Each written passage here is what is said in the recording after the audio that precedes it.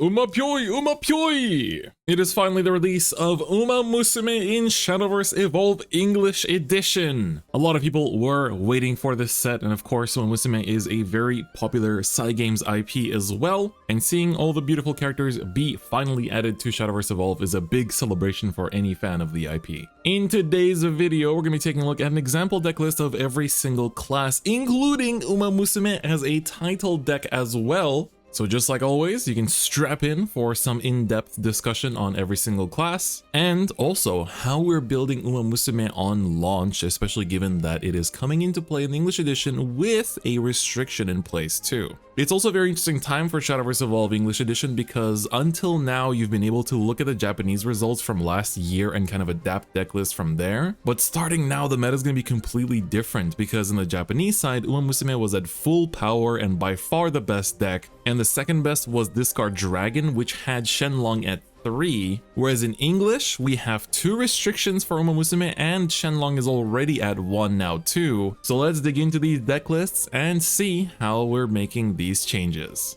We're gonna first go through the main Shadowverse classes, and then at the end we're gonna go over the Umamusume deck itself because it'll take quite a bit of time to explain everything there. Starting off with Forestcraft, we can see that already we have quite a few changes in this list as well. You can see a lot of the core cards that we always play are still here at very heavy counts. And we're seeing some of the older cards that weren't seeing play before seeing play as well now, such as Liza, which defends your followers from your opponent's effect damage. And so from this set, you know, there's a lot of really strong spells in Umamusume that deal damage to your opponent's followers. And so that's going to help you cope with those matchups a little bit more.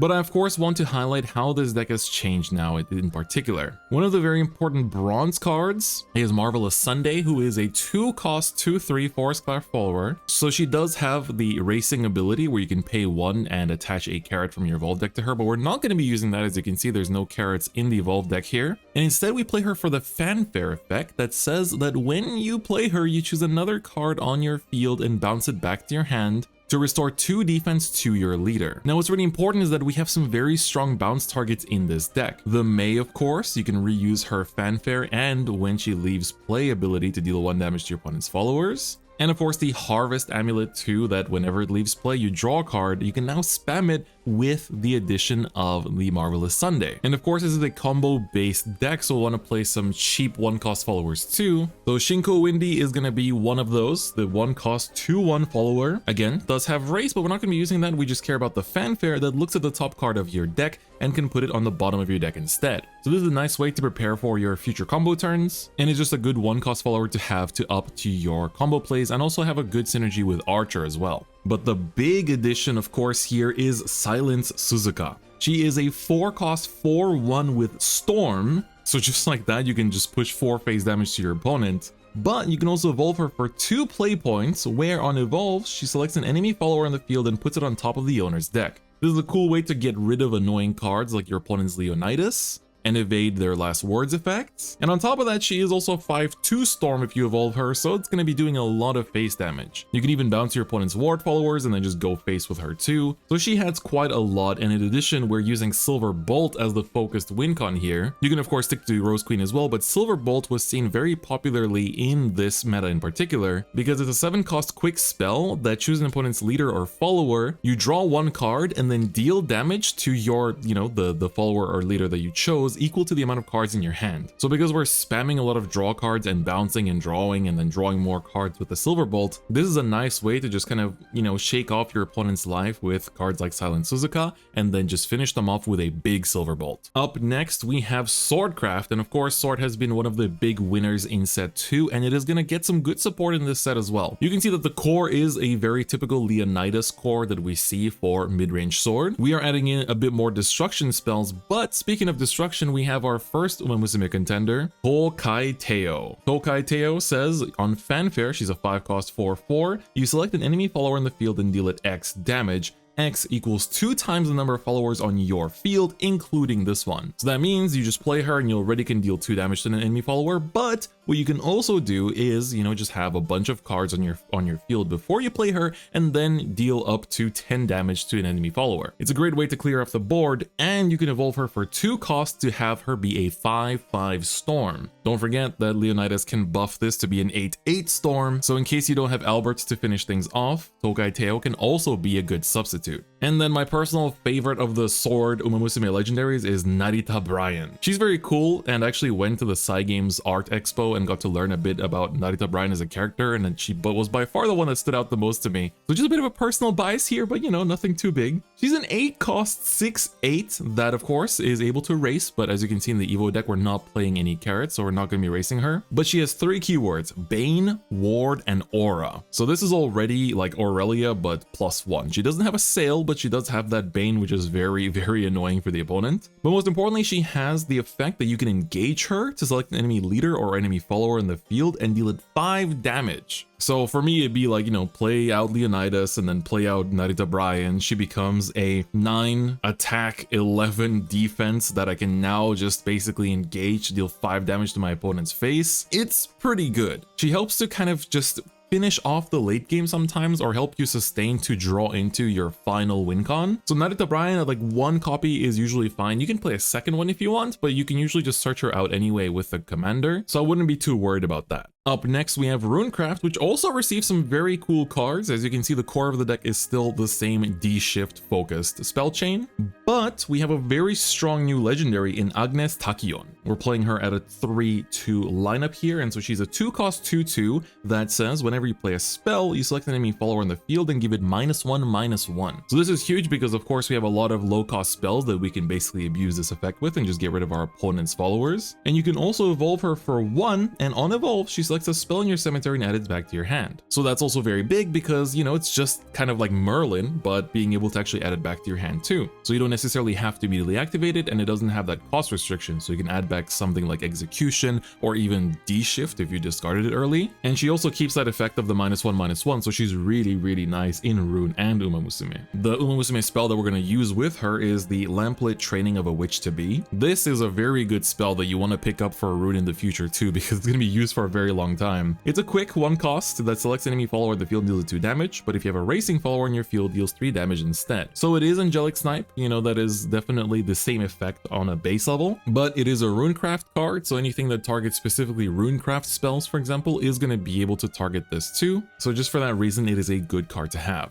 We're also playing 2 copies of Make Some Noise! This is a quick 2 cost spell that selects an enemy follower in the field, deals it 3 damage, but if you have an Umamusume card on your field, deals 4 instead. So that of course combines nicely with Agnes Tachyon, where you can deal something 4 damage and she -1 something else. So even if they have like a 5/5, you can take them out with just 1 spell. And finally, just to help build that spell chain in your cemetery, we have Narita Top Road. She's a 3 cost 3/3 that does race, and you can see that in this deck we do have 2 carrots in the deck. So you pay a play point and you put one of the carrots under her, and then you proc her on race ability that says she gets +1/+1, draws you 2 cards, and then you discard a card. You can of course discard Trail of Light and then just keep drawing cards, but most importantly, that draw and discard helps you to just fill up your spell chain, and her being a 4/4 is going to be pretty pesky for your opponent as a 3/4 cost. Other than that, this is very much the typical spell chain strategy that you would expect. Now, arguably the second best deck in the format, Discard Dragon, of course, lost Shenlong, went down to 1 here as you can see. So in order to patch that part up, you know, we can play some extra Lucifers in order to give ourselves that bit of sustain necessary. You can also choose to up your Olivias if you want to also again have like sustain and card draw. So there's multiple ways to go about it. You can see that we're playing a much bigger spell lineup here as well. Like Conflagration I think is pretty important in this meta just because of very wide boards from Umamusume players.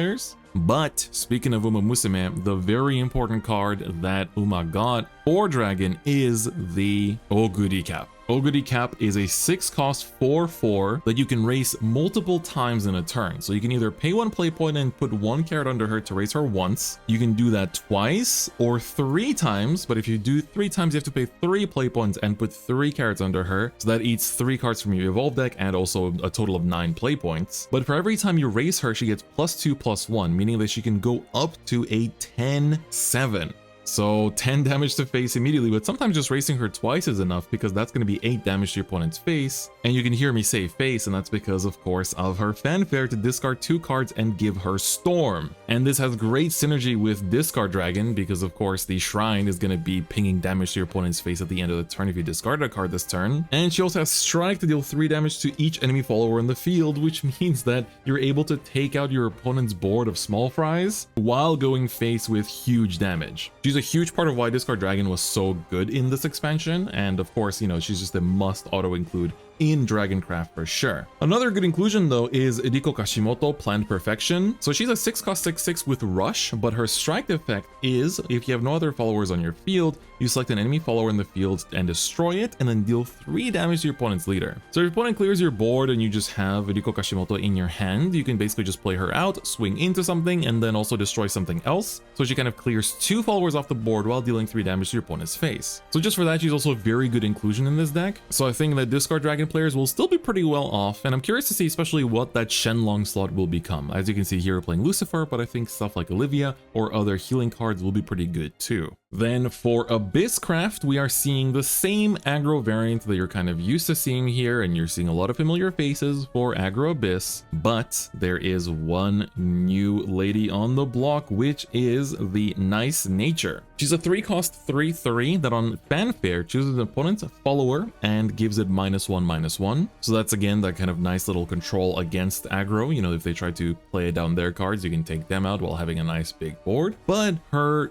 last words is the very important one that says each opponent discards a card on last words. So that means that you can basically play her out, destroy a low-cost follower, and then at the same time, you know, next turn go face. Oh, they trade her off. Well, now they have to discard one. You can also trade her off yourself, or you can use her racing ability, which of course will make her race, and that way you can start trading into things as well. As all racing followers have rush, that basically means that you can basically play 4 play points in order to take out something that's like a 1/1, like run into something else, and then if she runs into, let's say, a 4/4 or higher, you trigger the last words yourself and force your opponent to discard 1, which makes their next turn very tricky. So I think she's a pretty cool inclusion for Abysscraft as well, so I definitely pick this up if you're an Abyss main. And the final one of our main classes is Havencraft.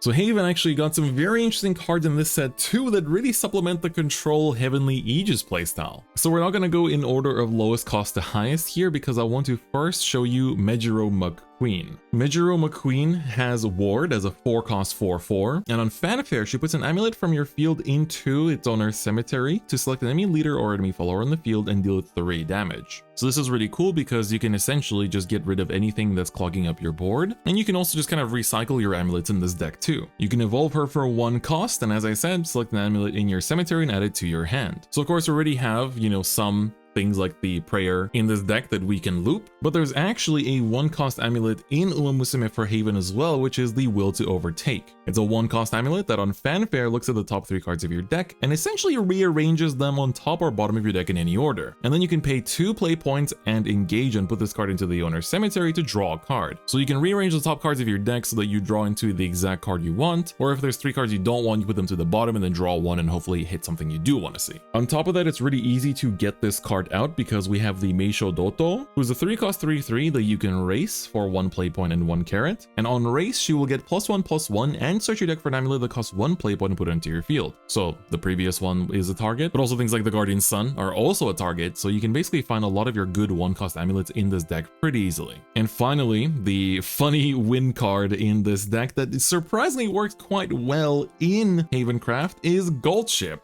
Goldship is an 8-cost 8/8 that says on fanfare, you reveal the top card of your deck and you deal X damage to each enemy leader and give your leader plus X defense. X equals the revealed card's cost. We do run quite a few heavy cards in this deck, but of course you could hit your 0-cost amulet or one of your 1-cost cards too, but that's not so much the point. She's an 8-cost 8/8, so you do dedicate a turn to her, but when you're sitting behind an Aegis, you usually don't have much to worry about, or I mean, you're sitting behind your Themis Decrees and other destructive cards too. So for a control playstyle, just her 8-cost 8/8 is pretty nice, where you could play her out on turn 9, for example, and then if you reach turn 10, you can pay 10 play points to activate her last ability to give her +10/+10 to run 18 damage to your opponent's face. Just be wary of execution. I think this is a pretty interesting approach to Haven, and there's also a card that we shouldn't forget about, which is the Mejiro Ardan. who's a 1-cost 3/3 with Ward, but at the start of your main phase, if you don't have any Mejiro family followers with a different name from this card in your field, she goes back to your hand.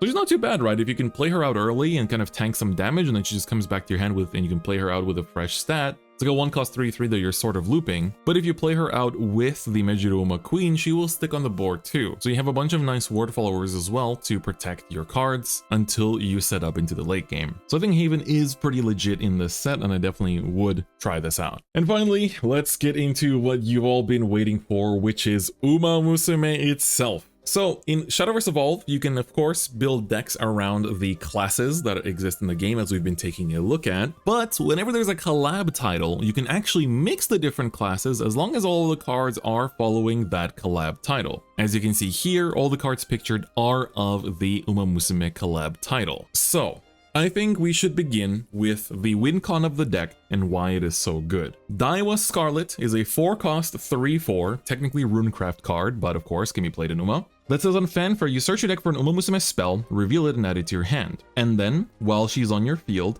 the first Umamusume spell you play each turn costs 1 less to play. And when you play a spell, if it's the third this turn, then you select an Umamusume follower on your field and you give it and this follower Storm. Now Daiwa Scarlet has a partner in crime called Vodka, who is a 3-cost 3/3 that says if you have Daiwa Scarlet on your field, costs 2 less to play. So for 5 play points, you get Daiwa Scarlet and Vodka out. And Vodka says that once per turn when you play a spell, you give each Umamusume follower on your field +1/+1 and rush. So you can probably see that this is a pretty strong combo no matter what kind of spell you're playing. So you play Daiwa Scarlet, play Vodka, you play a 1-cost spell that costs 0 because of Daiwa Scarlet's effect, and then you just need to play out 2 more spells and you're able to start rolling on your opponent with that big board. So what kind of 1-cost spells are we playing? Well, you've probably heard that there is a spell that is restricted to 1 in this deck, which is Trail Initiation. Trail Initiation is a 1-cost Swordcraft spell that says choose one of the following. 1, look at the top 2 cards of your deck,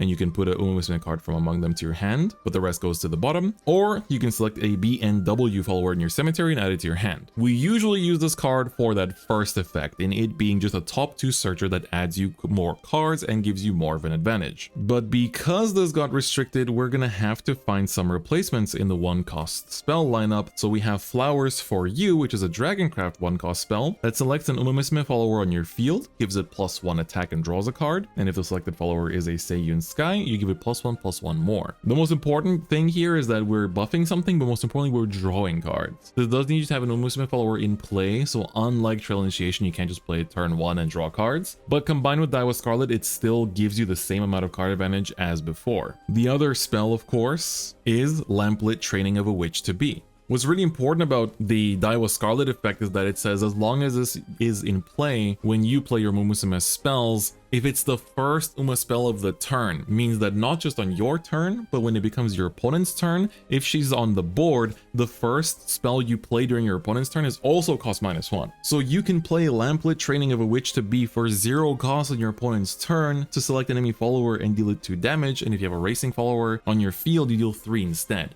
That's why Daiwa Scarlet is such an MVP in this deck, is because you're playing 1-cost spells for virtually free, once on your turn, once on your opponent's, and then back to you as long as she's on board. So of course, Lamplit Training of a Witch to Be is another good 1-cost spell in order to spam to get Daiwa's full effect. We also have Make Some Noise, which is a 2-cost spell that becomes a 1-cost spell for the first play of the turn under Daiwa Scarlet. That deals 3 damage to an enemy follower, but if you have an Umamusume card on your field, deals 4 instead, which you usually will. So this already kind of gives you a look at some of these cheap spells we're playing in order to trigger Daiwa Scarlet's buff effect, and it's really strong and really easy to set up. So now what other followers are we playing to supply this? Well, we have Agnes Tachyon. We talked about this in the rune segment, where whenever you play a spell, you give an enemy follower -1/-1. So Daiwa buffs your board and, you know, build the board like she's Sword. Agnes Tachyon takes care of your opponent's that is Sword. So suddenly their followers are not sticking around, especially their 1/1 Knight tokens. And Agnes Tachyon on Evolve gets a spell from your cemetery back to hand. So you can replay the Lamplit, you can replay the Trail Initiation once again, and this combines very well with Daiwa Scarlet. We're also playing, you know, the face of the franchise, Special Week. She's a 2-cost 2/2 that lets you look at the top card of your deck on Fanfare, and if it's an Umamusume card, you reveal it and add it to your hand. But most importantly, you can also evolve her, and if Overflow is active for you, you give each other Umamusume follower in your field +1/+1, and you can definitely randomly just pop this up when you're at 7 play points or more and just buff up your board on top of what Daiwa is doing. But of course, there is a follower that was just a little too good that had to be restricted, and that is Ignodictus. A 3-cost 2/4 with Ward, which is already a very good stat line with the keyword in combination. But on top of that, she looked at the top 3 cards of your deck and revealed an amulet or Umamusume card from among them and added it to your hand, and the rest goes to your bottom. So this was another big consistency card. So basically, the 2 biggest consistency tools of Umamusume got hit to 1 in order to weaken the deck a little bit, but the top end of the deck is still very much intact. We can only play 1, but we're still definitely going to be playing the 1 Ignodictus. If you draw it, it's fantastic. We're then playing 2 copies of Asian Flash, who you can race for 1 play point and 1 carrot. Otherwise, she's a 3-cost 3/3 that when you race her, gets +1/+1, and you select an enemy follower and return it to the owner's hand. So we have a lot of damaging spells, but sometimes you do need this kind of removal, and especially against Leonidas is going to be very important. Again, losing the Trail Initiation at the full copies means that we do need to play some more draw effects in order to compensate for it. And a good card to replace is the 3-cost 3/3 Narita Top Road. You can raise her for 1 cost and 1 carrot to give her +1/+1 and draw 2 cards, then discard a card. So again, it's just from that mindset of let's draw more cards in order to make sure that we are finding all the pieces for Daiwa Scarlet and Vodka combo. We're also playing 2 copies of Maruzensky, who is a 3-cost 3/3 that on Fanfare, Necrocharge 10, gives an enemy follower in the field -4/-4. So she's a pretty good removal card, and Necrocharge 10 is surprisingly not that hard to reach for Umamusume either, and you can evolve her for 1 play point in order to select the enemy follower in the field and give it -2/-2. So she applies a total of -6/-6 and stats across followers in instances of 4 and 2, and she's also a 4/4 herself. And you know, I've been mentioning it's like you can have this and do this and that against Sword, but Matikane Tannhauser is a 4-cost 4/4 that says on Fanfare, select an enemy amulet on the field and destroy it. Oh, Leonidas, you've been strong, but that and Discard Dragon's amulet, they gotta go. Still continuing with the followers, we have Rice Shower, a 5-cost 3/5 with Ward, who on Fanfare selects an enemy follower in the field, deals it 3 damage, and mills the top 2 cards of your deck. And on Last Words, she selects an Umamusume follower with a different name from herself in your cemetery and adds it back to your hand. So this way you can get your Vodkas back, you can get your Daiwas back, your Takyons back. She's a very good card in kind of like sustaining the mid game sometimes if you're behind, while you connect to your very strong and powerful top end. And speaking of that top end, of course we talked about it in the Dragon segment, but Oguri Cap is here too for that potential 10 damage to face. And so you can see in our Evo deck lineup, we have 5 carrots because we have a couple cards that want to eat the carrots to activate their on race effect, but we always want to save 3 for Oguri Cap to go full on face for that 10 damage. And if that's not enough, we're playing 2 copies of Narita Brian in order to have, you know, the Bane Ward aura she has, and to engage her to deal 5 damage to opponent's face or to an opponent's follower. So as you can see, you basically have the early game where you're drawing cards and getting rid of your opponent's followers, looping spells, doing all this searching. The mid game is Daiwa Scarlet, where you're building this big wide board while taking out your opponent's followers with your discounted spells, and then you clean up the game with Oguri Cap or Narita Brian. And that's not all, because in the Abyss side of things, we do have a couple other cards that help with the game plan. There is the 5-cost spell, 7 more centimeters, that can only be played if there are at least 20 Umamusume cards in your cemetery, which destroys each enemy follower in the field, draws 3 cards, and your opponent has to discard 3 as well. It's a nice little extra icing on the cake that you can just use as a one-of that doesn't necessarily disrupt your game plan too much. And finally, we have a very strong 4-cost quick, which is my solo drawn to Raindrop Drums. It's a quick that says as long as you have 10 or more Umamusume cards in your cemetery, she costs 2 less to play, so it's a 2-cost spell that Daiwa Scarlet turns into a 1-cost that selects an enemy follower in the field and destroys it. So once again, a great spell to combine with the game plan of this deck. And that wraps it up for Umamusume in Shadowverse Evolve. So as you can see, it is still a very strong deck that I expect to do very well in tournaments in the English edition. It has received some hits, but personally speaking, as someone that plays the Japanese edition, they were necessary. Umamusume was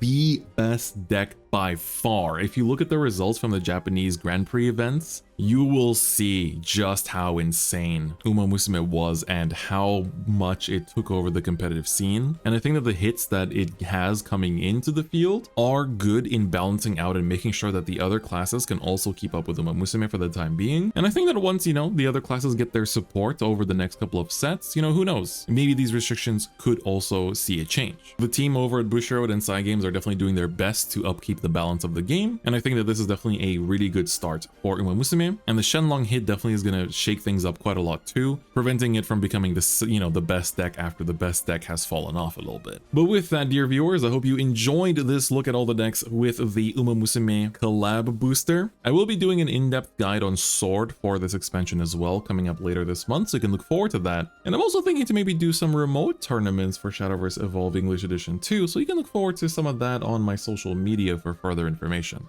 But with that, if you liked the video, please do give it a like, and if you haven't already, please do subscribe. But otherwise, thank you so much for watching, and I'll see you guys next time. Bye bye.